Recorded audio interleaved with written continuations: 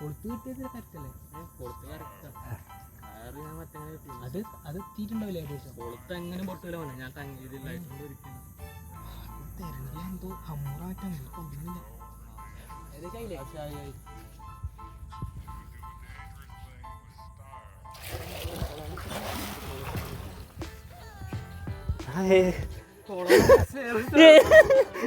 ദൈവമേ എന്ത് സാധനമാണത്? എന്താണ് ആദ്യമായിട്ടാണ് ഇവിടെ ഇത്രയും വലുത്.